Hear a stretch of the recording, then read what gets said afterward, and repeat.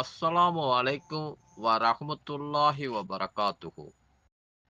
Abu Bakr ரலியல்லாஹு அவர்கள் அறிவித்தார்கள், என்னுடைய தொழுகையில் நான் கேட்பதற்கு ஒரு துஆவை எனக்கு கற்றுத் தாருங்கள் என்று எம்பெருமானார் நபிகள் நாயகம் ஸல்லல்லாஹு அலைஹி வஸல்லம் அவர்களிடம் நான் கேட்டபோது,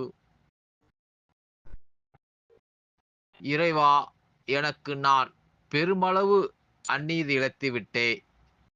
உன்னைத் தவிர பாவங்களை எவரும் மன்னிக்க முடியாது. எனவே மன்னிப்பு வழங்குவாயாக. மேலும் எனக்கு அருள் புரிவாயாக. நிச்சயமாக நீ மன்னிப்பவனும் அருள் புரிபவனுமாய் இருக்கின்றாய் என்று சொல்வீராக என்று இறைத்தூதர் ஸல்லல்லாஹு அலைஹி வஸல்லம் அவர்கள் கூறினார்கள் என்று அபூபக்கர் ரலியல்லாஹு அவர்கள் அறிவித்தார்கள். ஆதாரம் நூல் புகாரி 834 பதிவாகியுள்ளது. இன்ஷா அல்லாஹ் நாமும் இந்த துஆவை கேட்போமாக. அஸ்ஸலாமு அலைக்கும் வரஹ்மத்துல்லாஹி வபரகாத்துஹு.